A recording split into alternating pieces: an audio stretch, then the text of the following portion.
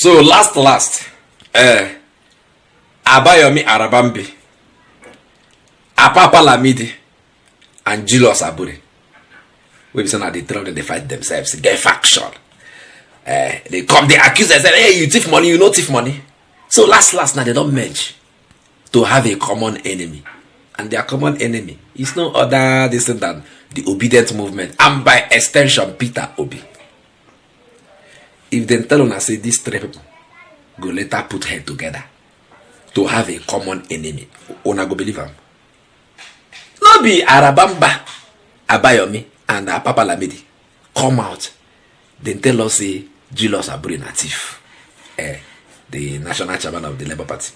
That time, because now he no be national chairman anything.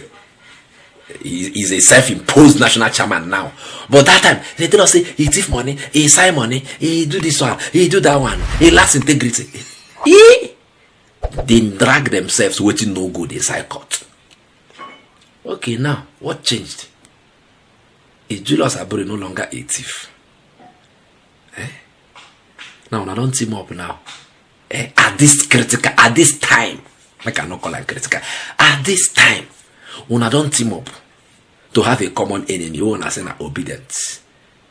And by if you make Obidients your enemy, by extension, you are an enemy of Peter Obi now. And Peter Obi will always come and they talk say they don't get problem with the Labour Party.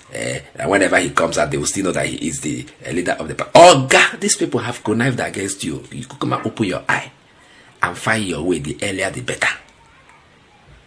Because no worry. I go play one video for now. Una go see where this Arabamba Abayomi dey on top Arise TV. The yarn better from out. You know go hear everything we yarn. You know that? Concerning the Obidient movement, concerning how they take come together with person they say na thief, Julius Abure. Una go hear all those things. Una don't hear and finish. Come message tell me whether Peter Obi should still remain in Labour Party or he should just carry him back waka come out. Also tell me if there is something fishy between this Arabambi, Abayomi, Apapa Lamidi, and Julius Abure. Because anyway, there must be something fishy. Again, when there's something fishy there. Are you understanding me? So look at, just watch and listen very well. The video I go play for you now. So you go hear everything where this guy vomits from his mouth. Then let us dialogue in the comment section and then know how far, what is going on. And the Bible say, if we piece together, it go form. Make we piece together inside the conversation and know what's up with this Labour Party. Make we know what's up. But I still maintain that Peter Obi should leave this party and go to another party. If he truly have an ambition for 2027. Because this Labour Party, they go stand in white. They go stand in white waiting no good. Make una watch this video. Every Nigerian knows that the chapter 1, part 1, section 1, sub 3 of the Constitution, says any law, edit, or act that is in contravention of the Constitution of Nigeria will be set aside to the extent, of its inconsistency. Nigerians will know that Labour Party, PDP, and APC had issues, but before our own, we have had the likes of His Excellency John Odigi Oyegun, His Excellency Senator Adamo Shiomole. They were suspended, as a member, as national chairman. They obeyed the Constitution because they believe in the Nigerian factor. Also, our senior comrade, Secondu Suche, and even Senator Yoshayu, despite leading the PDP to second, in the presidential election, also submitted themselves. But, in the case of our Labour Party, Julius Abure, who has been affirmed, by the Court of Appeal, they set aside, by mercy, the restatement that was set aside, we, choose to obey that judgment. Why the MLC, the trio of Aisha Yusufu, Kenneth Okonkwo, and Edenefa Moruti, all of them decided that no, they will not obey that judgment, and they went to advise Mr. Julius Abure to disobey that court order, and that was what led to MSC invading our secretariat to proclaim Lamidi Apapa, the deputy national chairman, as, a rodent which they came to fumigate. Now, fast forward. We thought these people have the love of Nigeria, in their heart. And that was, what they used to deceive Barrister Julius Abure in their infernal attempt, to divide our country using Labour Party. I am very, very clear about that. Because in the news, it was stated that, we united against certain interests. Those interests, when they came, they went to Julius Abure, disobeyed this court order. They went and organized a purported neck in Asaba with Mr. Peter Obi. Then, that was when they carried out their, the suspension, the expulsion, which were done during the pendency of the standing order. But Barrister Julius Abure, as a Nigerian, thought they meant well for our country until when the Court of Appeal set aside that restraining order. That was when they now came out. Joe Ajero, especially, that was the man we felt he will have the love of labor union, the love of workers, in his own heart. But as I speak to you, we have had so many meetings with Mr. Joe Ajero. He has just one singular plan, which is known to him, which is known to us, and that plan is just to make Nigeria ungovernable.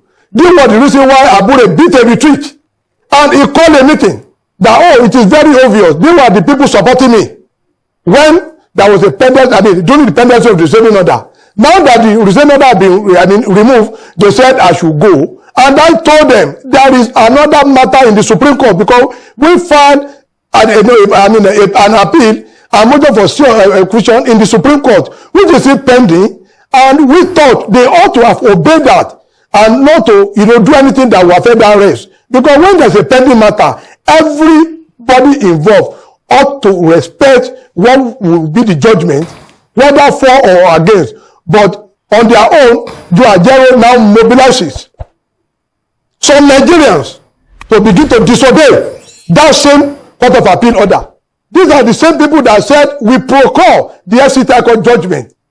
Later, they now move against Julius Abure that you have to leave. And the gentleman said, no, that will not be in tandem with what we are discussing, because as we speak, there is a pending matter in the Supreme Court. But Joe Ajero, Delifa Boruti, Aisha Yusufu, and Kenneth, they don't believe in our judicial system. And that is what we now felt that, we will not allow them to use the party to unsettle, to undermine the sovereignty of our country. If anybody felt they are pained by the outcome of election that are declared the candidate of APC as the president of Federal Republic of Nigeria, we will not allow them to use Labour Party to foment trouble, to wage war in order to intimidate or to overthrow the administration, the president administration that has been affirmed by the Supreme Court. That was what brought us and Abure together. We call ourselves, gentlemen, let us seriously. Nigeria is bigger than Labour Party. Some people might come on here and say Obidients is bigger than Labour Party. That is our own postulation. We will not subscribe to that. Nigeria is bigger. And that's why the Constitution, Part 1 said, the Constitution of Nigeria shall be supreme. If Supreme Court has affirmed a candidate of a party as a president, I think all of us must respect that. And I will also be calling on our former president candidate. You need to call these people to order. Whether the Obidients, whether Aisha Yusufu that said during the rendition of national anthem, she's not going to stand up because we have an illegitimate administration. We do not want even the news to be attributing Labour Party to all these people. Whether Kenneth Okonkwo, whether Delifa Muti, whether Aisha Yusufu, or even Joe Ajero, they should not be attributing our party to them, because we are a party that understand the Nigerian context, that Nigeria divided, before united we stand. We believe in the sovereignty of Nigeria. Mr. Abambi, the negotiation for anybody to come and divide Nigeria is unacceptable.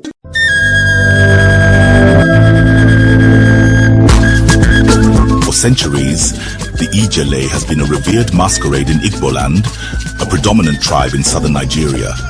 The Ijele is a grand spectacle that commands respect, awe, and celebration. Today, Innocent Vehicles brings you the Ijele in a new form. A majestic, robust, and monolithic pickup truck designed to leave an indelible mark in the annals of automotive history.